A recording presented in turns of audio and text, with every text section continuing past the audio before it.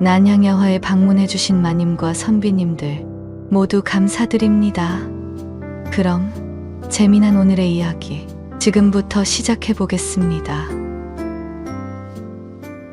옛날 옛적 떡장수로 생계를 꾸려가고 있던 향미라는 한 여인이 산길을 넘어가고 있었습니다. 이 향미라는 여인은 어려서부터 그 입이 가볍기로 소문이 자자한 여인이었어요. 남의 말을 함부로 옮기고 또한 제 입으로 굳게 맹세한 약속 역시 가볍게 저버리기 일쑤였지요. 그 가벼운 입으로 내다버리는 복이 상당하여 참으로 박복하기 그지없는 세월을 보내고 있었습니다. 그렇게 세월이 흘러 어느덧 향미가 시집을 갈 나이가 되었고 시집이라고 와보니 글쎄 초가삼간에 산비탈의 쥐꼬리만큼 펼쳐진 닷조가리 몇 마지기를 달랑 들고 있는 그야말로 찢어지게 가난한 집안이었던 것이지요. 사정이 이렇다 보니 혼인 이후에도 그녀의 입놀림은 멈출 줄을 몰라서 늘 궁시렁궁시렁 투덜투덜 입으로 초상을 떨어대며 함부로 혀를 놀려대는 것을 멈추지 못했습니다. 남을 험담하는 데에 열중하거나 다른 사람에게 벌어진 좋은 일의 말을 얹어 산통을 깨기가 여사에 또한 질펀한 육두문자를 사용하여 듣는 사람의 오만상을 찌푸리게 만드는 것이었어요. 자고로 아무리 빠른 말도 혀의 움직임을 따라가지는 못한다 하였던가요. 그 탓으로 하늘이 노하기라도 했는지 신랑이라는 작자 또한 초야를 치를 때부터 골골거리더니 급기야는 향미의 뱃속에 씨만 덜컥 뿌려놓고는 이듬해 휘리기승을 하직해버린 것이었습니다. 향미는 정신을 차릴 틈도 없어 부랴부랴 남편의 장사를 치르고는 고지어 유복자를 낳았습니다. 아이고, 불쌍한 내 새끼. 세상 천지 이 혹독한 조선팔도에서 너와 나 둘뿐이로구나. 이제부터 이 어미는 너만 바라보며 살 터이니 너는 이 어미만 믿고 살아가거라. 이제 향미가 기댈 곳이라고는 이 유복자 하나뿐이었으니 앞으로라도 악착같이 살아가 볼 참이었지요.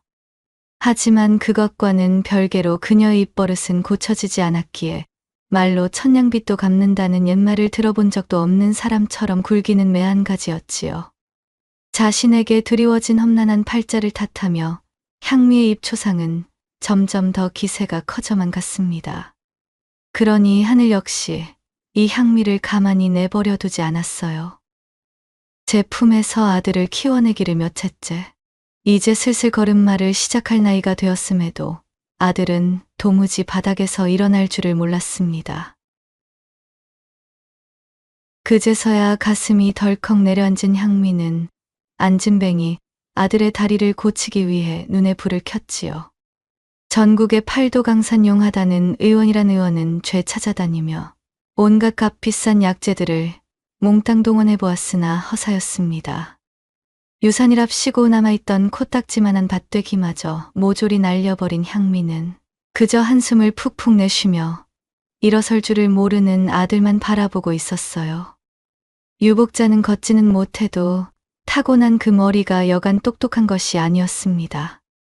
6살 때 어버다 서당에 보냈더니 그야말로 어찌나 총기가 넘치던지 천자문을 2달 만에 떼고 사자소학을 3달 만에 뗐다며 훈장이 입에 침이 마르도록 칭찬을 늘어놓는 것이 아니겠어요. 향미가 이런저런 소일거리 때문에 서당에 못 데려다 주자 유복자는 집에서 책을 읽으며 독학하기 시작했고 그렇게 글공부가 일취월장하여 이제는 알아서 사서까지 파기 시작한 것이었지요. 그런 아들을 바라보고 있던 향미는 다른 것을 생각하고 있을 겨를이 없었습니다. 더 이상 아들만 바라보며 손을 놓고 있다가는 저 창창한 아들의 앞길도 장담할 수 없었고 이대로는 정말 두 식구가 쫄쫄 굶게 되었으니 하는 수 없이 향미는 이웃집에 아들을 맡겨놓고 떡장수를 시작한 것이었습니다. 새벽같이 일어나 떡을 만들어 소쿠리에 담아 머리에 이고 이 집 저 집 다니며 엽전도 받고 곡식도 받으며 하루하루를 버텨내고 있었지요. 에라이 이놈의 더러운 팔자야. 하늘도 참으로 더럽고도 치사하기가 짝이 없지 뭐야 그래. 내 이놈의 거지 같은 인생. 아주 지나가던 똥개도 안 물어갈 팔자라 이 말이야. 그녀는 입으로 걸쭉한 육두문자를 줄줄 뱉어내며 그렇게 서글픈 자신의 처지를 비관하곤 하였습니다. 그런 세월이 쌓여가던 중 먼저 본 마을에서 장사가 영 신통찮았던 통에 잔뜩 기분까지 상해 있던 향미는 다음 마을에서는 꼭 떡을 다 팔고 말리라는 다짐을 하며 부지런히 다리를 놀리고 있었지요. 이런 제액이 만들어둔 떡을 오늘 중으로 다 팔지 못하면 떡이 쉬어 몽땅 내버려야 하니 무슨 일이 있어도 꼭 다음 마을에서는 떡을 다 팔고야 말리라. 그렇게 의지를 다지며 한참 동안이나 고개를 넘던 향미는 점점 저려오는 다리의 통증이 심해지자 결국 자리에 털썩 주저앉고 말았지요. 아이고야 사람 살려. 이러다가 꼴까닥 나 죽겠다. 뭔 놈의 팔자가 그래. 이리도 되는 일이 하나 없이 죽어라만 한단 말이여? 어느새 주변은 어스름이 산자락을 타고 내려앉던 무렵이었고 향미는 지친 다리를 주무르며 끝없는 불평불만을 내뱉기 시작했습니다. 아이고, 오늘따라 길이 왜 이리 험한 거야? 어서 다음 마을에 도착해서 떡도 팔고 좀 쉬어야 할 텐데. 땀방울이 송골송골 맺힌 이마를 훔치며 그녀는 혼잣말을 중얼거렸습니다. 그렇게 향미가 잔뜩 성을 내고 있던 바로 그때 바람결에 실려오는 낯선 기운을 느낀 그녀가 고개를 치켜드니 그야말로 번듯하고 날렵한 외관의 호랑이 한 마리가 눈앞에 나타나 있었지요. 안광을 형형이 빛내고 있는 눈동자는 차가운 빛을 뿜어내고 있었고 등줄기를 따라 흐르는 검은 줄무늬는 어둠의 그림자처럼 음산한 기운을 뿜어대고 있었습니다. 향미는 그 자리에서 두려움에 사로잡혀 몸을 잔뜩 움츠렸지요. 호랑이는 그런 향미를 물끄러미 내려다보고 있었습니다.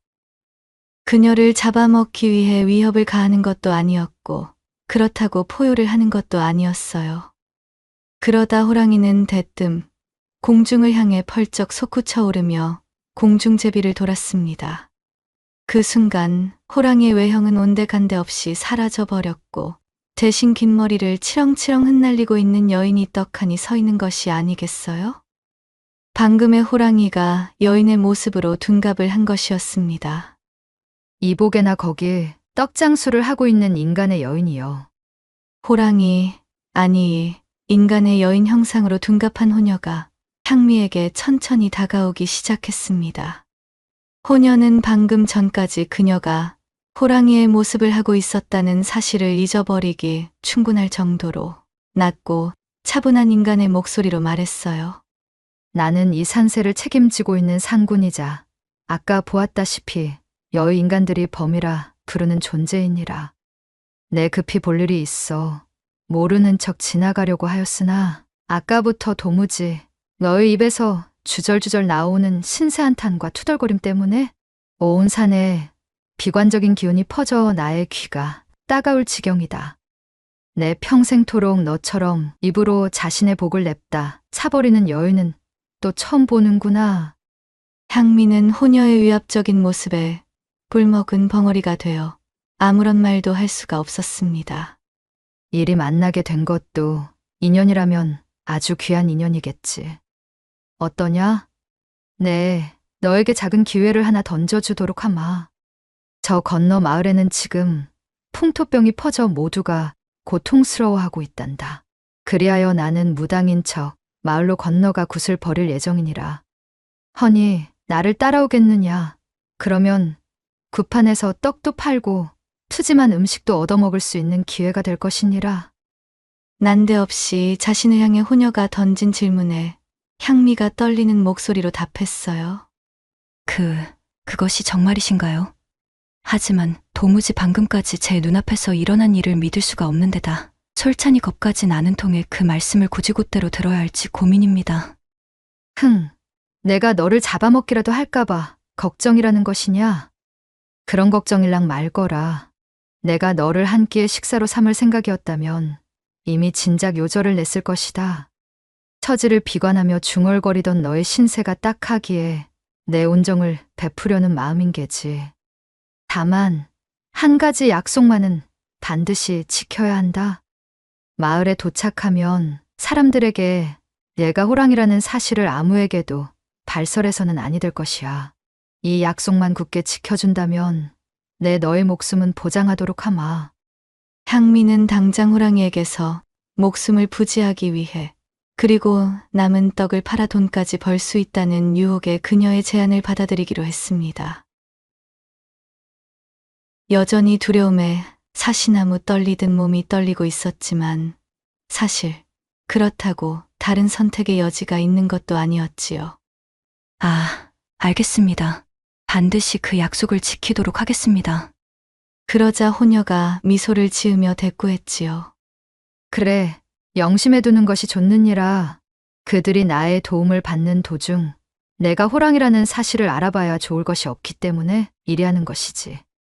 자고로 너희 인간들은 그 입을 통해 짓는 죄가 크고 또한 그 입으로 신의를 저버리는 일이 비일비재하여 내 남편이 경고했듯 인간인 너를 믿는 것에 걱정이 앞서기는 하는구나.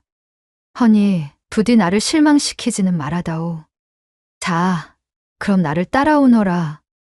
그리고는 치마 자락을 휘날리며 호녀가 앞장서서 산길을 걷기 시작했습니다. 향미는 잔뜩 긴장한 얼굴로 두려움과 기대가 뒤섞인 마음으로 호랑이의 뒤를 따라 발을 놀렸답니다. 그렇게 향미가 호녀를 따라 이웃마을에 도착하니 마을 곳곳은 초상집과도 다를 바가 없었습니다. 무슨 이유에서인지 병이 든 사람들이 잔뜩 있었지요.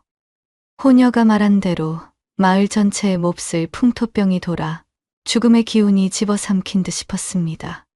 사람들은 모두 멍석 위에 누워 기침을 해대고 있었고 다들 병세가 깊어 보였어요.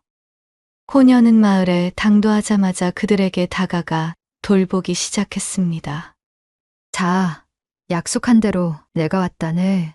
그러니 다들 힘들을 내보시게나들. 아니, 무당님? 이것이 생시입니까? 참말로 무당님이 맞으신지요? 정녕 와주신 geb니까요? 무당님이다. 이것 봐. 다들 여기 좀 보라고. 드디어 약속한 대로 무당님이 오셨어. 우리는 이제 살았어. 사람들은 마치 구세주를 보기라도 한 듯 호녀를 보자마자 매우 반가워하는 기색이 역력했어요. 아무래도 호녀가 마을에 오는 것을 이미 알고 있었던 것으로 보였습니다. 호녀는 자애로운 미소를 보이며 그들을 하나하나 보살피며 마을 중심부로 다가갔습니다. 커다란 은행나무 앞으로 잘 차려진 굿판이 등장했고 호녀는 주변을 둘러보더니 이런 일이 익숙하다는 듯 굿을 하기 시작했습니다. 굿판이 벌어지자 더욱 많은 마을 사람들이 모였고 향미는 마른 침을 꿀꺽 삼키며 상황을 지켜보고 있었어요. 풍악 소리가 온 마을을 집어삼켰고 사람들은 넋이 나간 듯 호녀를 향해 연신절을 하며 마을에 드리워진 풍토병을 물러가게 해달라 빌고 또 빌었습니다. 향미가 굿판 한쪽에 슬그머니 앉아 떡을 내려놓자 펄쩍펄쩍 뛰며 굿을 하던 호녀가 그녀를 향해 싱긋 웃어 보였습니다. 그러자 마을 사람들은 너도 나도 달려들어 향미에게 떡을 사기 시작했어요. 언제 다 팔리려나 싶었던 떡은 금세 동이 났고 향미는 집에서 기다리고 있을 아들을 먹일 끼니거리를 장만하고도 남을 만큼 넉넉한 돈이 생겼지요. 대체 이것이 꿈이냐 아니면 생시이더냐? 깊은 산 중에서 인간의 말을 하는 호랑이를 만난 것만 하더라도 신기하여 뒤로 자빠질 일인데 그 호랑이가 둔갑술을 펼치는 요물 중의 요물인데다 그 호랑이를 따라 마을에 나서니 이렇듯 떡까지 다 팔게 되다니 참으로 신묘하기 짝이 없는 일이로구나. 걱정하던 떡이 다 팔렸으니 이젠 근심을 내려놓고 굿판이나 좀 구경해볼까나. 어느새 한결 표정이 가벼워진 향미는 호녀가 무아지경으로 펼치는 굿을 구경하며 굿판에 차려진 음식들을 주워 먹기 시작했지요. 그러나 그 고약한 버릇이 어디를 갈까요? 향미의 그 가벼운 입이 방정을 떨고 싶어 근질근질해지기 시작한 것이었습니다. 이곳의 사람들은 풍토병이 창궐한 이 마을을 구제하려 굿을 버리고 있는 저 여인이 다름 아닌 사람으로 둔갑한 호랑이라는 것을 알고나 있을까 싶은 마음이 굴뚝이었어요. 아, 몽땅 다 말해버리고 싶어. 가만히 생각해보면 이건 오히려 공익을 위한 발고에 가까운 것이지 않겠어? 사실 말이야 바른 말이지. 둔갑술까지 쓰는 요사스러운 호랑이를 어찌 믿겠어? 잔뜩 요사스러운 분위기도 그렇고 게다가 굿을 끝낸 뒤에는 이 마을 사람들과 나를 전부 잡아먹을지 누가 알겠냐는 말씀이지. 호랑이의 자비로 행운을 얻었다는 사실을 그새 까먹기라도 한 듯. 한참을 고민하던 향미는 결국 호녀와의 약속을 저버리고 모여든 사람들에게 무당의 정체가 호랑이라는 사실을 알리고 말았습니다. 뭐? 아니, 뭐라고? 저 여자가 신령님께서 보내주신 무당님이 아니라 요사스러운 호랑이라는 말이요? 처음에는 사람들이 향미의 말을 믿지 않았지만 슬슬 분위기가 고조되자 어느새 그들은 향미에게 동조하기 시작했습니다. 그렇게 향미가 쏘아올린 입방정으로 순식간에 아수라장이 시작되자 굿을 멈춘 호녀는 한숨을 푹 쉬며 뒤를 돌아보았어요. 인간 여인이여, 마와 굳게 약속하지 않았더냐. 어찌 약조를 깨고 그러한 입방정을 또. 굳게 약조했던 자신과의 약속을 깬 향미를 바라보는 호녀의 얼굴은 커다란 실망스러움을 머금고 있었지요. 정신을 집중하던 둔갑술이 살짝 풀린 듯 호녀의 치마 뒤편에서 호랑이의 꼬리가 슬그머니 드러났습니다. 그것을 본 사람들은 아연실색 난리가 났지요. 저 꼴이 참말로 둔갑한 호랑이가 맞는갑소? 아니, 그러면 우리 마을이 병들기 시작한 것도 사실은 다 저 호랑이 때문 아니야? 우리 마을을 구해주기 위해 온 것이 아니라 오히려 더 병들게 하려는 굿을 하고 있는 거 아니냐는 말이요? 이럴 것이 아니라 당장에 저 요사스러운 요물을 때려잡읍시다. 한 사람, 두 사람, 저마다 씩씩대며 고함을 치는 사람들 때문에 이제 구판은 아수라장으로 바뀌고 말았습니다. 자신의 친지들이 오랜 기간 병마에 시달려 참혹한 꼴을 봐야만 했던 사람들은 그간 쌓아두고 있던 울분을 풀 상대가 나타나기라도 한 듯 노여움을 누그러뜨리지 못했지요. 인간의 어리석음을 그대로 반증하기라도 하듯이 어느덧 사람들은 각자 몽둥이를 준비해 호녀를 매질하기 시작했습니다. 그녀는 어쩔 수 없다는 듯 질끈 두 눈을 감았고 사람들은 그런 호녀의 주변을 둘러 에워쌌지요.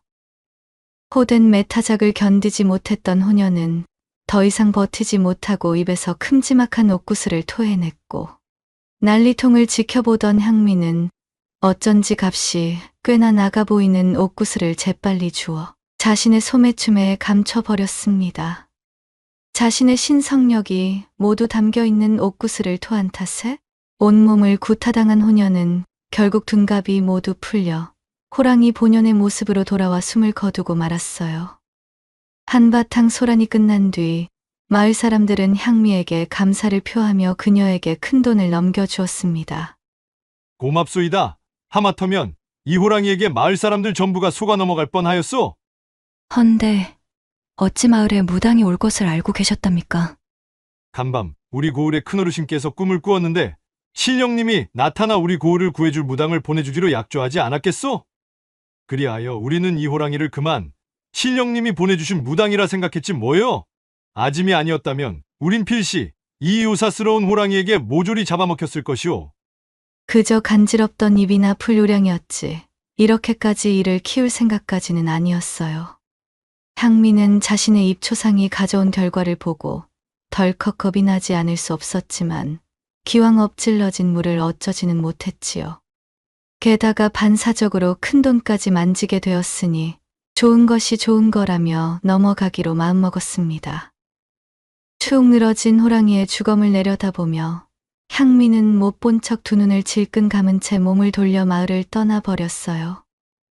그 일이 있고 나서 2달 뒤 며칠 동안 쉬지도 못하고 장터에서 떡을 파느라 기진맥진이 되었던 향미는 집으로 돌아갈 시간을 잘못 계산하여 그만 산속에서 밤을 맞이하게 되었습니다.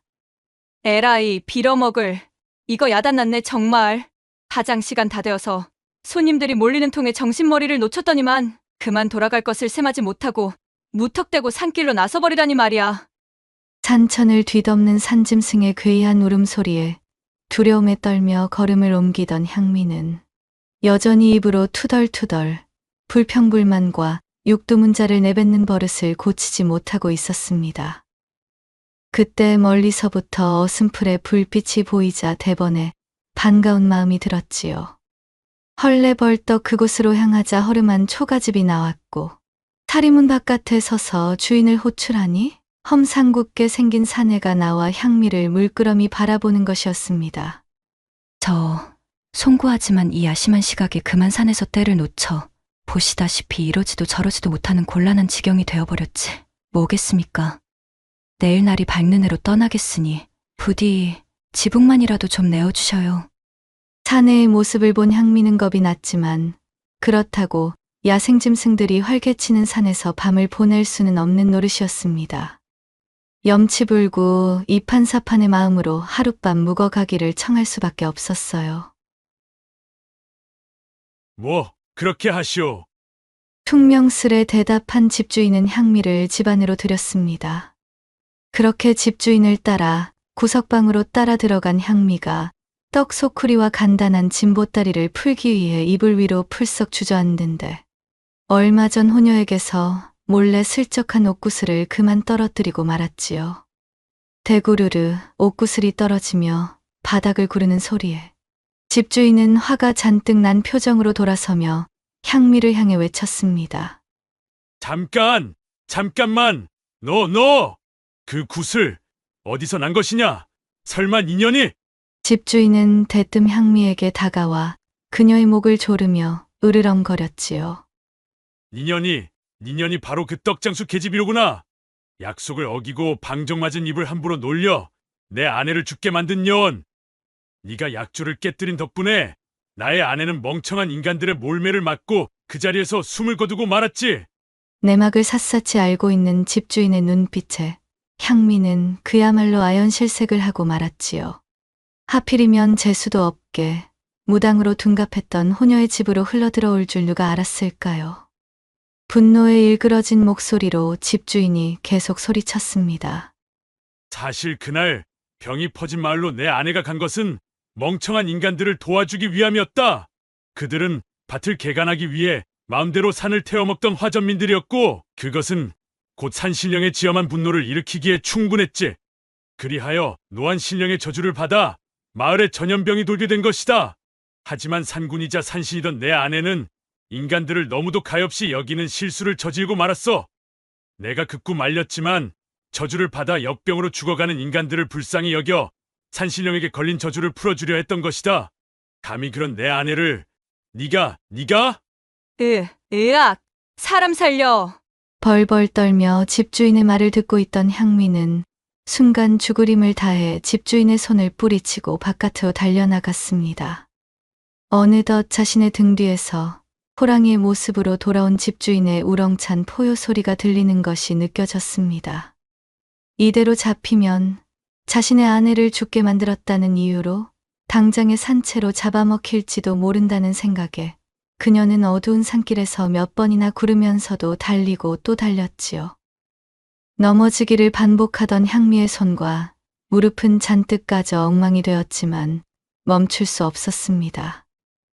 그렇게 숨을 몰아쉬며 얼마나 도망쳤을까요? 분명 한밤중에 우거진 산속을 헤매고 있었던 향미의 눈앞에 익숙한 마을이 드러났습니다. 그것은 다름 아닌 얼마 전 호녀무당을 따라 들어섰던 바로 그 마을이었어요. 이게 대체 어찌된 일이지? 나는 분명 야심한 산에서 도망치고 있었는데. 향미가 어리둥절하며 천천히 마을 안쪽으로 걸어 들어갔습니다. 헌데 마을은 쥐죽은 듯 조용하기만 했어요.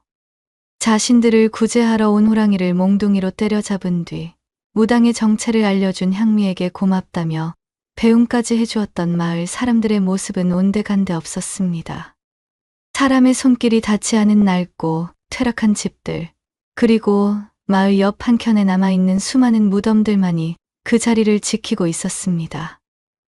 그때 향미의 등 뒤에서 집채만한 호랑이가 나타났습니다. 자, 보았느냐? 그날 니년이 방정맞게 입을 놀리지만 않았더라면 내 아내가 무당으로 둔갑한 채 무사히 굿을 끝낼 수만 있었다면 산신령이 이 마을에 내린 저주는 모두 풀렸을 것이고 마을을 휘어잡은 전염병 역시도 모두 사라졌을 것이다. 허나 너의 그 새치어와 그 혀에 노란한 인간들이 행한 섣부른 행동으로 이러한 결과를 낳아버리고 말았지. 내 아내가 숨을 거둔 이후 마을에는 전염병이 더욱 퍼져 이렇듯 모두 죽어버린 것이다. 너의 눈으로 직접 보니 어떠하느냐? 호랑이의 목소리에는 여전히 분노가 깃들어 있었으나 그 속에는 오히려 공허하고도 허망한 슬픔이 짙게 녹아 있었어요. 그제서야 향미는 자신이 약속을 어기고 멋대로 행동한 결과가 낳은 참혹한 광경을 보고 그 자리에 주저앉아 울음을 터뜨리고 말았습니다. 내가 약속만 지켰더라면, 내 입으로 방정만 떨지 않았더라면 이 많은 사람들이 죽지 않아도 되었을 텐데. 그녀는 후회의 눈물을 흘리며 통곡하였지요. 어느새 향미의 옆으로 다가선 호랑이가 천천히 입을 열었습니다. 너에게 마지막 기회를 주겠노라. 지금부터라도 너의 그 가벼운 입 밖으로 함부로 말을 던지는 버릇을 고친다면 지금 네가 흘리고 있는 그 참회의 눈물을 진심 어린 사과로 받아들여 너를 잡아먹지 않겠다. 믿었던 인간 때문에 목숨을 잃은 내 아내를 생각하면 이 자리에서 너를 갈갈이 찢어버려도 시원찮으나 그것은 살아생전 인간들을 굽어 살피던 내 아내가 원하는 것이 아닐 터. 허니 너는 지금부터 그 가벼운 입을 함부로 놀리는 것을 그만두고 새로운 삶을 살도록 하여라. 이것이 내가 마지막으로 주는 기회이니라. 오늘의 내 배려를 무시하고 또다시 입초상을 떨어대면 그 화는 고스란히 돌아올 것임을 명심하여라. 그 말까지 뱉은 호랑이는 훌쩍 몸을 돌려 안개 너머로 사라져 버렸습니다. 펑펑 눈물을 쏟던 향미의 주변은 어느새 본래 도망치고 있던 어둠의 산속으로 바뀌어 있었지요. 대체 이것이 꿈인지 생시인지는 모르겠으나 아무래도 하늘이, 산신령이, 그리고 그 호랑이까지 모두가 나서 나에게 큰 깨달음을 주기 위해 벌어진 일임에는 틀림이 없겠구나. 더는 지금처럼 이렇게 입으로 죄를 지으며 살면 아니겠어. 신묘하기 짝이 없는 죽다 살아난 경험을 하게 된 향미는 집으로 돌아와 새로운 삶을 살기로 마음을 먹었습니다. 한 번도 아니고 두 번씩이나 자신의 눈앞에서 벌어진 이 믿기 힘든 경험들을 교훈 삼아 두 번 다시 입 밖으로 복을 걷어차는 나쁜 말을 뱉지 않기로 한 것이었어요. 그렇게 마음을 고쳐먹은 향미가 주어진 삶에 열심히 살며 입 밖으로 툭툭 내뱉던 불평불만과 육두문자를 끊은 지 몇 해가 지났습니다. 장터에 내다 팔떡의 재료를 만들기 위해 땀을 뻘뻘 흘리며 아궁이에 장작을 집어넣고 있던 향미의 표정이 희한했어요. 주걱으로 가마솥에 조청을 열심히 적고 있던 그녀는 이리도 바쁜 와중에도 뭔가를 생각하느라 골똘히 정신이 팔려있는 듯한 모습이었지요. 그것은 바로 방 위쪽에 선반 위에 넣어놓은 깨엿에 대한 것이었습니다. 장터에서 돌아올 때마다 사둔 깨엿을 가득 감아놓은 소쿠리에는 분명 50여 가락 남짓의 깨엿이 들어있어야 할 터였습니다. 헌데 어제 한나절 집을 비운 사이 25가락밖에 남지 않았으니 이건 도무지 이해를 하려 해도 할 수가 없는 일이었지요. 향미는 아궁이 앞에서 주걱질을 하며 혼잣말을 중얼거리기 시작했습니다. 거참 귀신이 고칼 노릇이지 무어야? 집에는 11살 난 안진뱅이 아들놈뿐이었는데 그놈이 손을 뻗쳐봐야 겨우 문고리밖에 잡지 못할 것이 뻔하니 엿을 몰래 가져갔을 리가 없고 대체 그 높은 선반에 올려놓은 엿가락을 누가 훔쳐간 것이지? 이렇듯 향미가 골똘히 생각에 빠지는 것도 무리는 아니었습니다. 선반 소쿠리에 넣어둔 깨엿이 줄어드는 것은 어제 오늘 일이 아니었으니까요. 올여름 들어 조금씩 줄어들기 시작하더니 요즘은 그 정도가 더욱 심해졌습니다. 지금이야 깨엿만 사라질 뿐이지 이대로 이 좀도둑을 잡지 못하면 더 귀중한 물건들이 사라질지도 모를 일이었습니다. 그런 생각 끝에 부엌에서 벌떡 몸을 일으킨 향미가 소리쳤습니다. 분명 내가 집을 비우는 틈을 타서 몰래 집 안으로 기어들어오는 것이 틀림없을 것이야. 내 아들이 일어서서 걷지 못한다는 것도 알고 있으니 제 마음대로 우리 집에 드나드는 것이겠지. 그녀는 범인을 잡기 위해 묘안을 떠올렸습니다. 그리고 어느 날 때가 왔음을 직감한 향미가 자신의 계획을 실행하였지요. 얘야, 나 장에 좀 나갔다 올 테니 너는 집을 잘 지켜보고 있거라. 향미는 아들에게 말하고는 삽작을 나서자마자 골목길에 숨어 재빨리 장지문 틈으로 안방을 엿보기 시작했습니다. 외출하는 척 집을 비운 다음 도둑을 꿰어낼 심산이었어요. 어디 이놈의 도둑놈, 잡히기만 해봐라. 콧김을 씩씩 뿜어대며 단단히 벼르고 있던 향미는 조금 뒤 눈앞에 펼쳐진 광경에 경악을 금치 못했습니다.